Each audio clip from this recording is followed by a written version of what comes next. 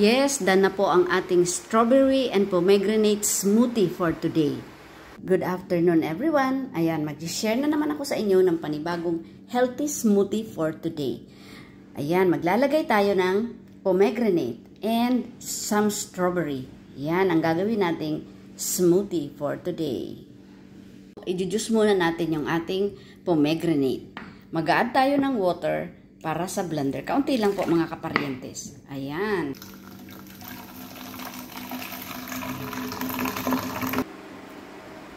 I-add na po natin ngayon yung ating pomegranate juice sa ating strawberries.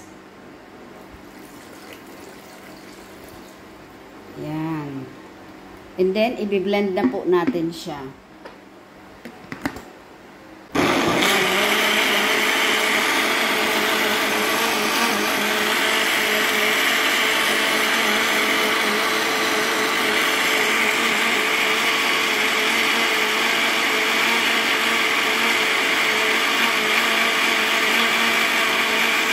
Yes, done na po ang ating strawberry and pomegranate smoothie for today. Ayan, thank you so much po sa pagsama sa akin. Maraming salamat po. Nakashare na naman ako sa inyo ng panibagong smoothie, healthy smoothie for today. Thank you so much po. Maraming salamat.